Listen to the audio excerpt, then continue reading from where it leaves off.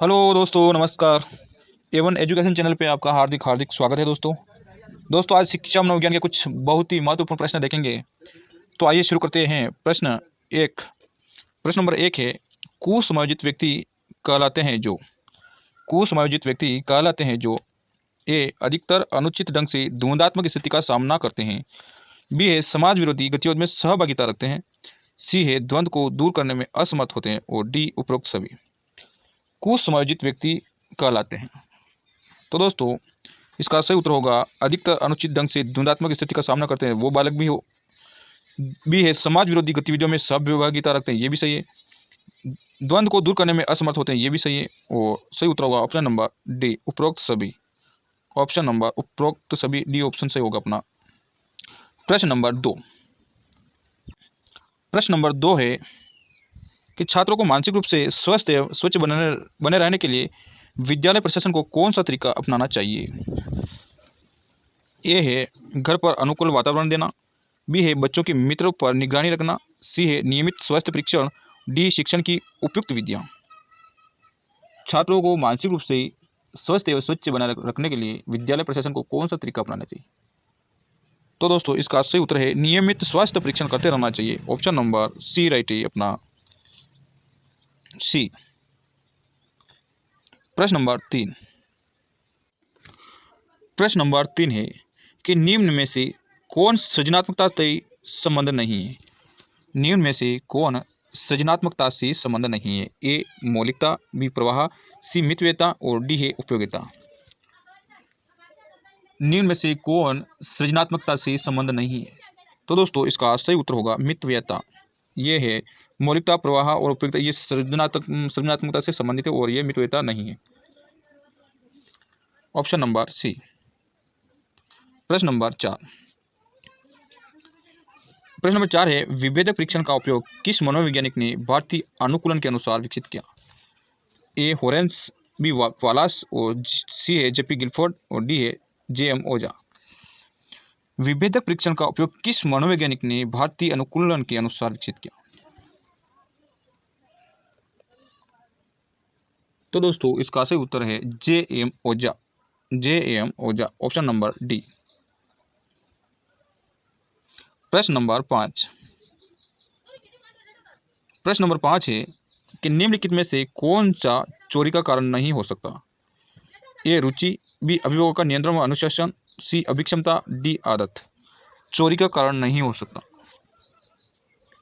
तो दोस्तों, इसका सही उत्तर है अभिभावकों का नियंत्रण व अनुशासन।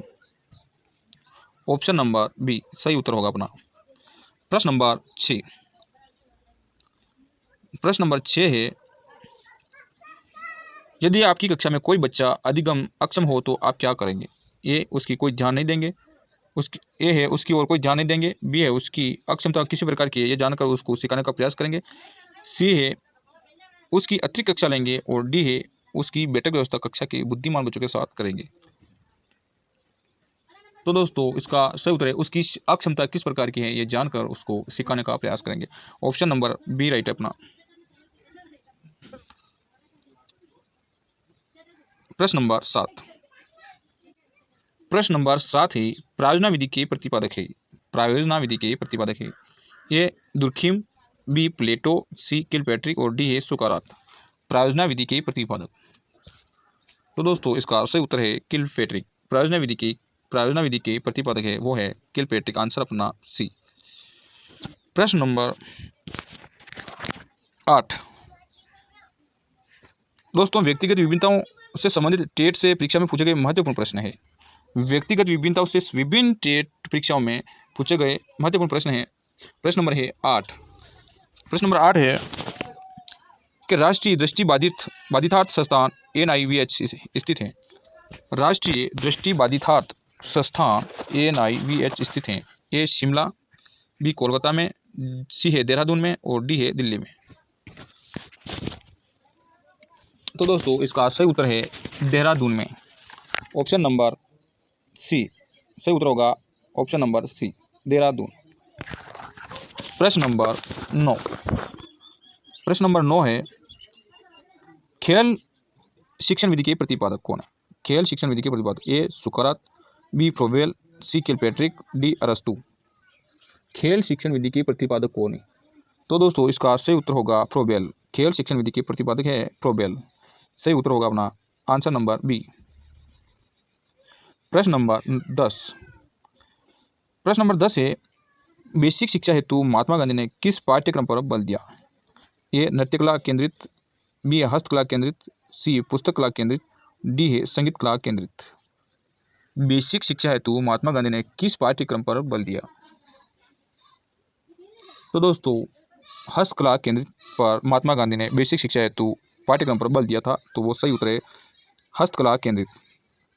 सही उत्तर होगा ऑप्शन नंबर बी। प्रश्न नंबर 11।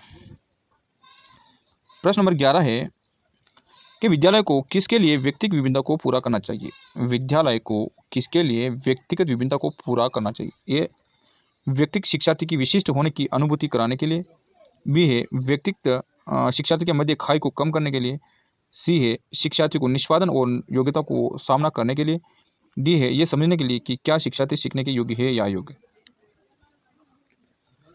तो दोस्तों विद्यालय को किसके लिए व्यक्तिगत विभिन्नता को पूरा करना चाहिए? तो दोस्तों ये सही उत्तर है यह समझने के लिए कि क्या शिक्षार्थी सीखने योग्य है या अयोग्य। Option number D. सही उत्तर होगा डी। प्रश्न नंबर 12। प्रश्न नंबर 12 है, एक शिक्षिका की कक्षा में कुछ शारीरिक विकलांगता वाले बच्चे हैं, निम्नलिखित में से उसे क्या करना चाहिए? ए पोलियोग्रस्त बच्चे अब एक गाना प्रस्तुत करेंगे, बी पहिया कुर्सी वाले बच्चे हॉल में जाने के लिए अपने समवयस्क साथियों बच्चों की मदद ले सकेंगे, और सी है शारीरिक रूप से असुविधाग्रस्त बच्चे कक्षा में ही कोई वैकल्पिक गतिविधियां कर सकते हैं, और डी है खेल के मैदान में जाने के लिए मोहन आप अपनी बैसाखियों का प्रयोग क्यों नहीं करते? तो दोस्तों इसका सही उत्तर होगा शारीरिक रूप से असुविधाग्रस्त बच्चे कक्षा में ही कोई वैकल्पिक गतिविधि कर सकते हैं। इसका सही उत्तर होगा सी, ऑप्शन नंबर सी। प्रश्न नंबर 13।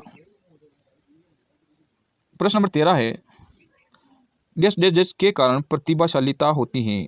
ए मनोसामाजिक कारकों, बी आनुवंशिक कारकों, सी आनुवंशिक रचना, और डी 2 और 3 का संयोजन।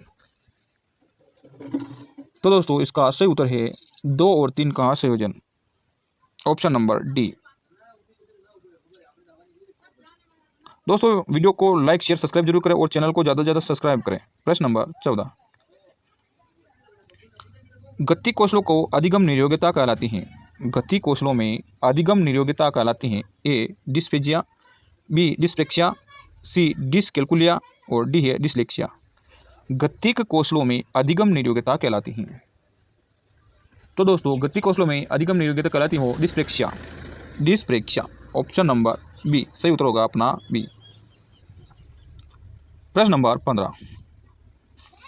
प्रश्न नंबर 15 है कि कक्षा में अनुशासन बनाए रखने के लिए सर्वाधिक प्रभावशाली उपाय क्या है? कक्षा में अनुशासन बनाए रखने के लिए सर्वाधिक प्रभावशाली उपाय क्या है?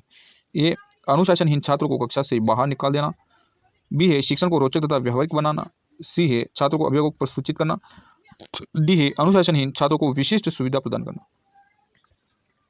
तो दोस्तों इसका सही उत्तर है शिक्षण को रोचक तथा व्यावहारिक बनाना। Option number B. सही उत्तर होगा ऑप्शन नंबर बी। प्रश्न नंबर 16। प्रश्न नंबर 16 है, निम्न में से कौन सा कारक समस्या समाधान में बाधक हो सकता है? ए रुचि, बी मानसिक विकृति, सी बुद्धि, और डी पूर्व अधिगम स्तर। निम्न में से कौन सा कारक समस्या समाधान में बाधक हो सकता है? तो दोस्तों मानसिक विकृति सही उत्तर होगा मानसिक विकृति। Option number B. प्रश्न नंबर 17। प्रश्न नंबर 17 है, आधुनिक शिक्षा में मनोविज्ञान का अनुप्रयोग आधारित है? आधुनिक शिक्षा में मनोविज्ञान का अनुप्रयोग आधारित है? ए व्यक्तिगत विभिन्नताओं पर, बी धर्म पर, सी वर्ग पर, डी विद्यालय प्रबंध पर। आधुनिक शिक्षा में मनोविज्ञान का अनुप्रयोग आधारित है दोस्तों व्यक्तिगत विभिन्नताओं पर। सही उत्तर होगा ऑप्शन नंबर ए व्यक्तिगत विभिन्नताओं पर। प्रश्न नंबर 18। प्रश्न नंबर 18 है, वह प्रक्रिया जिसके द्वारा वस्तुओं और वस्तुनिष्ठ तथ्यों को ज्ञानेंद्रियों द्वारा जाना जाता है कहलाता है?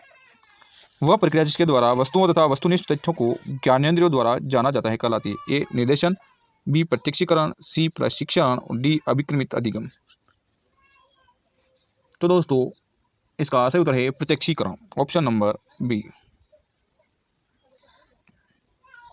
प्रश्न नंबर 19। प्रश्न नंबर 19 है, व्यक्ति की विभिन्नता पर सर्वप्रथम महत्वपूर्ण कार्य करने वाला व्यक्ति थे। A Wundt, B Watson, C Francis Galton और डी स्किनर। प्रश्न नंबर 19 है, व्यक्ति का विभिन्नता पर सर्वप्रथम महत्वपूर्ण कार्य करने वाले व्यक्ति थे। तो दोस्तों इसका सही उत्तर है फ्रांसिस गाल्टन। सही उत्तर होगा फ्रांसिस गाल्टन। आंसर नंबर अपना सी हो जाएगा। प्रश्न नंबर 20।